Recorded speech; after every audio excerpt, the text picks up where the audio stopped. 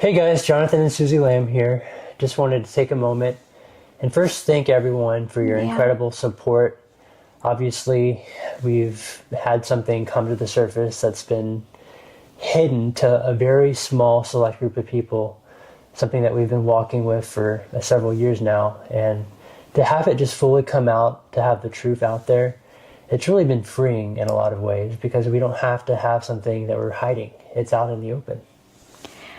Yes, that's true. But also I would add that since this is such a absolutely deeply traumatic thing that we've gone through, obviously us sitting here can never fully express what we've walked through in these past few years. I mean, I don't even want to get into the process of what that looked like, but it was excruciatingly painful. So yes, there is that freedom in not having to depend on a few people and keep begging for justice and having it minimized and turned down and, just hitting a wall like a dead end.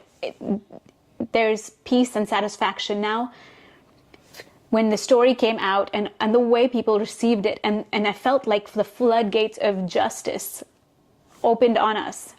When everyone validated what we as parents felt,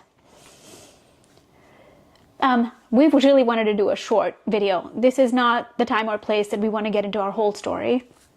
Jonathan and I just quickly grabbed the camera, sat down here to address a few questions. We will be doing some podcasts with amazing people and get into the nitty-gritty and the deep things. We told a few journalists, our story, and then they have full control of what we've given them. We have no control. We told the truth. They do the investigation. That takes months. It takes a long time. So this is not something that just started now. This has been building. I'm proud of them for doing their due diligence. Yeah. And so I thought the reason I suggested we do this video is because I didn't realize how much it would blow up. Jonathan had kind of an idea. I genuinely didn't. And since we've been on TV so much and people have loved us so genuinely, I felt it was cruel to not answer a few questions that people who genuinely love us want these answers to. All right, so these are four of the most common questions that we've got over the last few days. One is, why didn't we go to the police? And why did it take so long to talk? 2, why did I not put my hands on this man? And 3, why did Suzy scream for me to go up versus her just going up herself? And 4, why are we not going public? Yeah. So let's unpack the first question, is why didn't we go to the police? Well, we did go to the police, actually twice. I think to answer the second question, why did you wait so long to talk? I would say let's go through the timeline, because I understand in an article, there's a bit of back and forth because it's so complex. So we'll just go in a streamline. We're going to do a super concise version because this is going to be a short video. It'll all keep coming out. We have a little bit of notes here for just the main highlights. So let's pick up from where it all began. I would start with in the summer of 2020. Actually, in early spring 2020, my sister noticed my daughter's behavior being strange, stiffening up when people came close. And I started to notice that too, but, I didn't take it very seriously. I thought just part of growing. And then by that summer, on a trip, we're going to be a little careful with our words here. We have to be. On a trip, this man says that our daughter walked in on him in a bathroom, saw him full frontal nude. At this point, this is also new to me. I didn't really know what to do with it. I just said, okay. Since he told me, I just said, okay. And I went and checked on my child. She seemed fine. So I was like, okay. I don't know if I even told you or not that day. Then as the months start to progress, she starts to get, her behavior is changing. November of 2020, she tells me in very graphic detail that she had been molested. It was the shock of my life. I can't even explain the things that I felt. In that moment, I went to my confidant, the person I really, truly, with my whole heart trusted. That was another question. Why did you go there? It was about 5:30 in the evening. Jonathan hadn't come home from work, and I was ready to get in the car and go to the police. But this woman I really trusted said, no, we're going to talk to the teachers. When I talked to my child that day, when she told this me, woman, it's my mom. You can just say the name. it's still hard. It is still hard. It's easy to talk to a journalist as a one-on-one person, but going public, it genuinely hurts. These are people that we love. These are not people we're angry at or hate. Okay, sorry. I'm trying not to get emotional. So, I asked my child. I have no practice with this. I don't know what leading questions are or not. I assumed it was a school. Her world was so small. Home, school, and we'd take her to Daystar. So I assumed it was a school. I asked her, is it at school? She was nervous and just nodding. I found out since, counselors have explained that behavior to me now, and it all adds up. It all makes sense. And I said, was it a girl or a boy? She said, a boy. And I said, how tall? Trying to gauge the age. And she said, taller than daddy. That struck fear in my heart because that is a man. A 5-year-old doesn't, know to communicate that.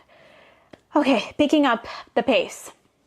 Once that happens, we go to the school and, this confidant, the one I trusted, after we talked to the teachers and they said, there's no male here, it's almost like, okay, we've done our part, case closed. And I told Jonathan, I don't want to get talked out of this. I don't want to have a discussion with your family. Let's go to the police. We went to the police, filed our report. They did a quick little investigation since there was not much to go on. They closed the case pretty quickly because our daughter was terrified. No she wouldn't talk anymore at the school, so they. A lot of things, small things, happen from talking to people, processing, other family members, reaching out with concerns. Things happen. We're more vigilant over our child. We get a nanny in the picture to keep her away. She's terrified to go to Daystar. We do, however, go on that family vacation in August of 2021, and this is a big one. This would answer the question of, I guess the first question is, when you walked up that day, why did you not put your hands on the man? Well, when I walked up there and I saw Pete up there with my daughter, I was horrified. The first thing I started doing was screaming, what are you doing? Obviously, since his hands weren't on my daughter, he wasn't in the act, he was just in the room with her. I wasn't at that time about to put hands on him or beat him up, but obviously I was horrified and I was just shouting him down, and that led to him multiple times, probably 50 times, saying, oh, I'm so sorry, I'm so sorry, I'm so sorry. So again, it felt like I had caught him red-handed in doing something that he shouldn't have done. And as evidenced by the fact that Suzy saw him follow up my daughter after she had told her to change into her swimsuit. Well, so there's intent. I'll add this. To complete your answer, first, if that man's hands were on our child's body, that man would have been leaving that house in handcuffs. The police would have been called. When I saw Jonathan, because Jonathan and this man, they came down the stairs from our children's room. I guess Jonathan made him come downstairs. When I saw Jonathan, we've been married at that point, how many years? 10 years? 10 years. I had never in my 10 years ever seen Jonathan look like this. It was honestly terrifying. His eyes were bloody red. His face was blood red. He was screaming so aggressively. And that man, who is, taller than Jonathan and much more smooth, he was shaking like a leaf. Part of my anger, which I've expressed to other journalists, is that that man was so vulnerable. I felt like he was on the verge of confessing. If he had not been protected, he couldn't speak up for himself. I'm going to leave that there. It seemed that way to me. Yeah. That's how it seemed to me. Right. Until the situation was taken control of. So then comes the part about, why did I scream for Jonathan? I screamed for Jonathan because I have a very long history of being extremely compliant and obedient and submissive. And this is not me saying nice things about myself. I don't know if it's even a nice thing. It is just the facts of, I always brought up multiple times and multiple witnesses of my concerns, frustrations, boundaries with my children. I was not allowed on our own children's photo shoots. the Christmas photos that were shown on the TV shows. I wasn't allowed on those. I had to just trust me. The statement, trust me. I had to trust my mother-in-law. I had to trust, that she would take care of them. And I had to do this in service to God. I had to obey and trust. And I'm not naive like I used to be. I was in my early 20s when I had my kids, and it was just programmed from then. You got to trust. You got to trust. Anytime I had any concerns, if I brought up anything that bothered me with my children, any kind of boundaries, I was shut down, scolded. These are traumatic memories. I'm not trying to be a victim. I am not a victim. I'm a very strong woman now, and God has taught me a lot. But this is the process. And that day, I just know, I'm not even that smart. I wouldn't have thought of this. In my gut, in my spirit, when I saw that man, I told my kid to go put on her swimsuit. I saw him turn and follow her up those stairs. And I just felt it in my gut, in my spirit, get Jonathan. They will not believe you. And that is the best thing that I could have ever done for my child. Yeah. I wouldn't change one thing, because if I had not, and Jonathan, what did you feel when I came to you? Yeah, I remember I was brushing my teeth. So I just felt a quickening in my spirit to run. And I remember your toothbrush fell. I dropped the toothbrush and I ran. I sprinted up because it was on the 3rd floor and I was on the 1st floor. I had to sprint up the 2 flights of steps. And to my horror, I get up there, there's Pete. Sorry, I'm a little shaky. This is really hard to talk about. Whew. So Jonathan, I screamed. It was the best thing that I could have done for my child. I truly believe that if I did not scream for Jonathan and Jonathan didn't have such an aggressive, big reaction, today they would not even be admitting that he had followed her up the room or he was in the room. They can't deny it now because of this. And I know that gut instinct, that feeling, I'm thankful. Absolutely. Normally, am I a mama bear? Oh, you don't even know. I have gotten into so many fights. I have been beaten down and pushed into submission for being a mama bear. And I thank God with all my heart that the day came when he said enough is enough is enough. Whew, that was an intense one. Okay. Then a few days later, my father calls me and my brother-in-law into his office. He tells us that Pete has been cleared by this forensic examiner and that we need to submit and move forward. Yeah, and all we ever knew in our lives, all we had ever done is obey and submit. We had never questioned. Yeah. And so even though I had big, strong doubts, I was angry. I'm not going to just lie and say that, I moved on. No, it was a big struggle. But the way that we were trained, God is our witness, Jonathan and I. You are going to be the future leaders. You have to take the lower road. You have to bring family unity. You have to do what it takes to be the bigger person. Go golf with him. You go have coffee. Apologize to her. Do whatever it takes to be friendly and loving. And that is the character of Christ. And we did it with all our hearts. We didn't perform. We weren't fake about it. We truly did it with all our hearts. Yeah, I mean, it was very difficult, obviously, to move forward after that. Still, I had legitimate concerns, but at the end of the day, I trusted that my dad had actually gone through the process of clearing Pete with this examiner. Yeah. And we moved forward. We still had a very strained relationship. Oh, we had boundaries with our house. I went to Daystar one afternoon to grab something from the cafe. There was something in the green room, and I had my child with me, and I knew she was scared at this point, so we didn't take her there anymore. We had a nanny at home with her. But this one time, I wanted to pick up something really quick.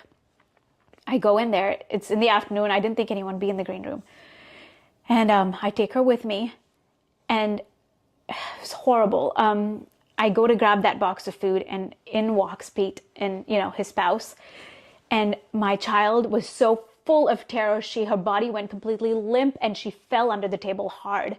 I grabbed her little body. I picked her up, and I ran into the car.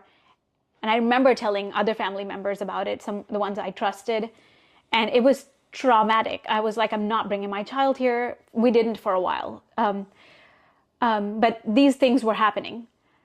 So then we go into this strained part of this relationship. This was the first time in our lives that Jonathan and I weren't having a warm, close relationship with his parents. Before that, we were so tight.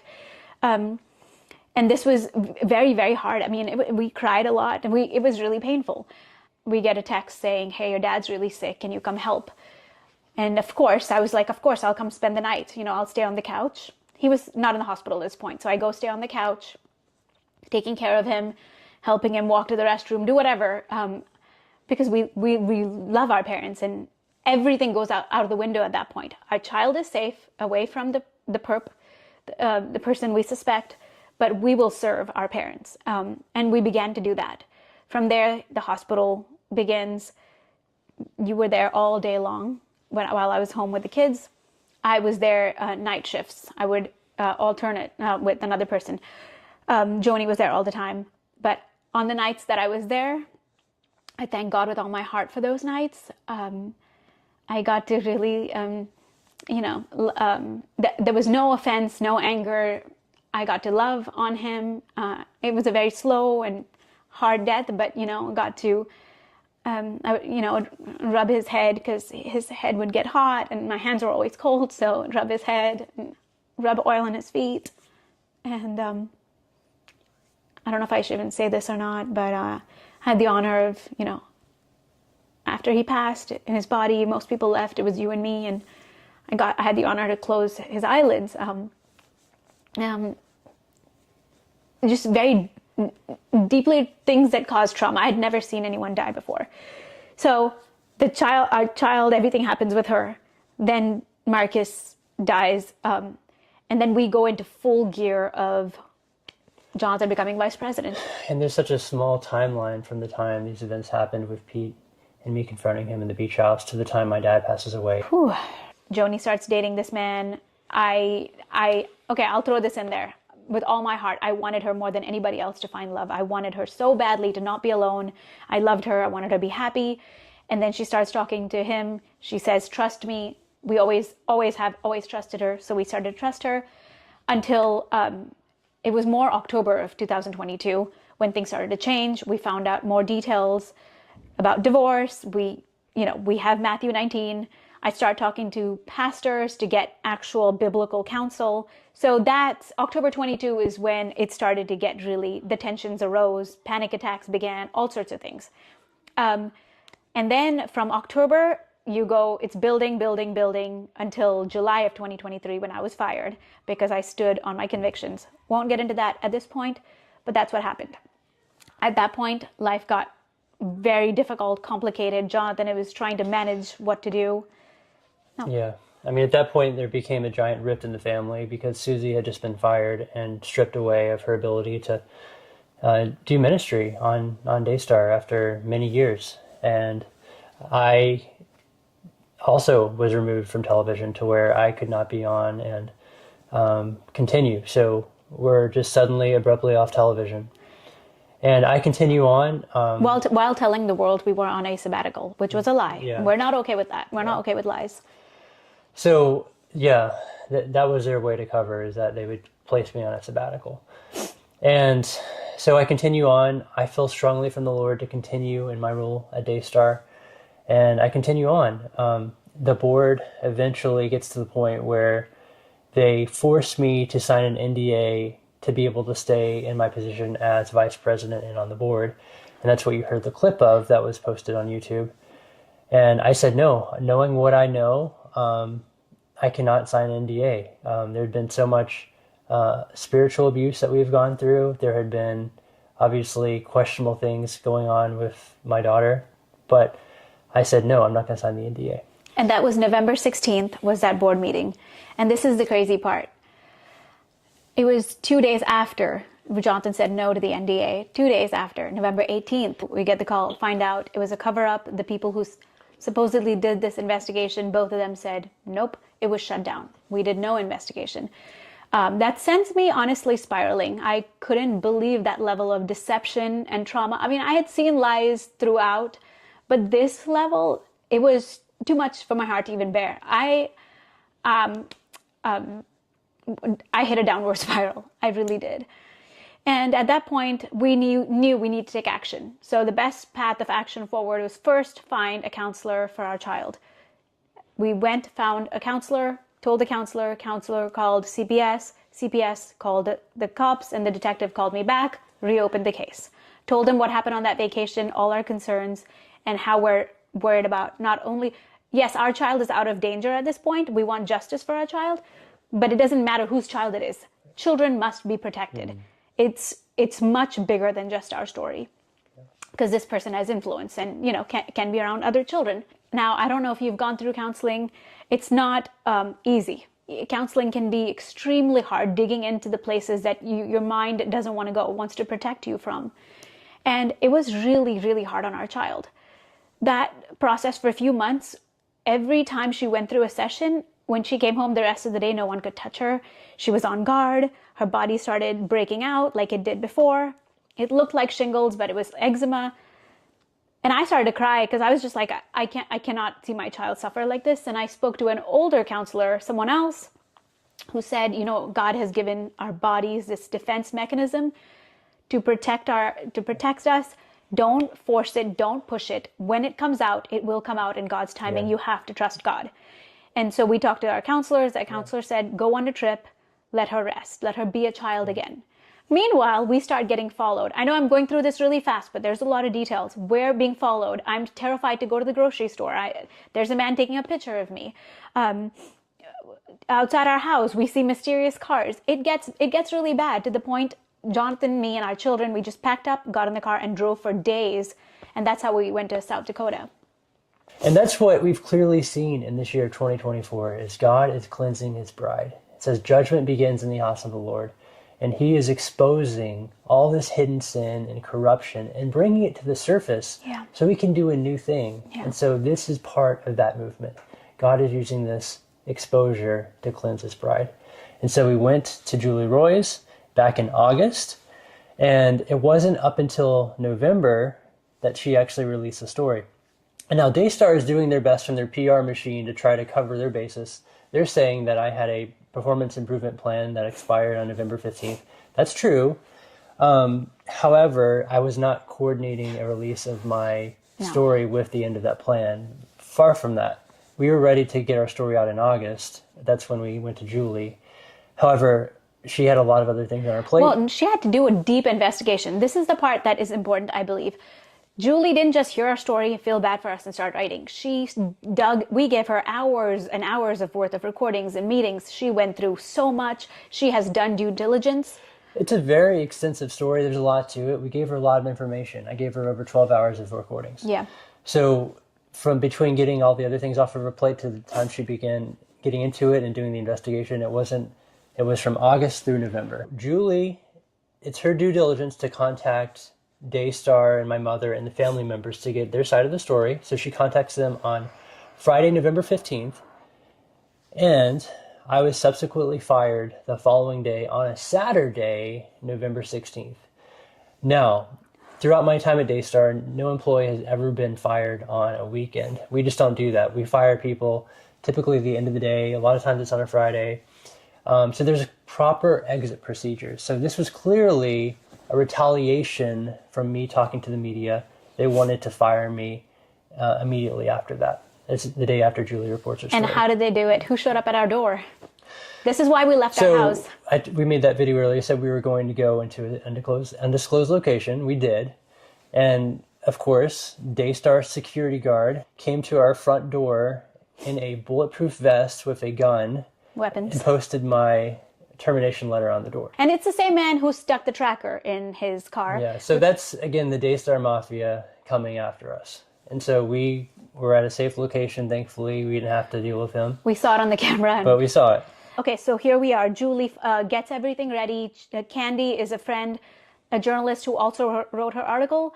She has a bigger, she's shared more things that Julie is going in much more in-depth detail because she'll release recordings and evidence. Candy told our story. I met Candy months and months ago. I started talking to her, I think, in July, because all year from January of 2024, I had been begging God and waiting, or what are you going to do? Are they going to repent? It was a year of torture. Jonathan standing and going to the office every day was not just him holding on to a job. It was him in obedience, dying to self and going there while I was at home traumatized, shaking. What else are they going to do to threaten us? The final question of why are we going public? I think our answer explains why we had no other option. But I would say the baseline is we would have been it would have been much easier, and we would have been okay to quietly walk away and keep our private lives private. Everywhere we went, people wouldn't look at us weird. And think about this, okay? Our child, this is the rest of her life. I would never share another victim stories. I know many other stories that I could tell, which would make our case stronger from the same ministry. But I will never, I don't care if it helps me or not, because justice comes from my God. I will never tell another person's victim story. I was never going to tell my story, what happened with that chiropractor, especially because he has a daughter, and I met her and I loved her genuinely, and I never wanted her to see this. Yeah. But here we are. But you did the beautiful thing of standing in solidarity with our daughter. I had no option. I couldn't put my child out there while hiding. Just had no option. But if it was up to me, I would never tell that story to anyone. So you can see the weight on our shoulders as parents to go and tell the world this about our child. It is something I could only do with the full force and strength of God to do this. I tell you this before God. We have no unforgiveness, no anger, no agenda in our hearts. We want to see, as we obey God and we put our lives in the line, we have counted the cost. We put our family and our story out there for God to take these ashes and make it beautiful. Yeah. In that same way, we want to tell you we love and we bless them. So we don't want anyone to attack them, but we do want accountability with all our hearts. Every leader, if you are on a platform, you should be bold enough to answer any questions and be cross-examined. If you can't do that, step back. You are not here to be a pastor or a leader and be a coward. Either you do the job with transparency and accountability, or don't, but that has to be a standard. So I encourage you all, ask questions. Don't be scared. Don't just submit and be scared, because we came out of that really controlling submission culture. And now I will always teach, we submit to one another. God is our covering, and the written word of God. Sorry, I get a little passionate there, but I just really want to tell you, we love our family. We forgive them. We're not sitting here angry at all. We have joy and peace in our hearts. And now that the truth is out there in the world, we don't know what comes next. We just know that we have obeyed God. And as we have done to this point, we will go forward, and He will do what He does with our lives. That's right. And the Lord has really led every step of the way, and we continue to trust Him as He directs our path. So that's an encouragement I want to give to you, is let the Lord direct your path. Stay tuned. We'll probably do some more updates as the days go by, but we love you all. Thanks for watching.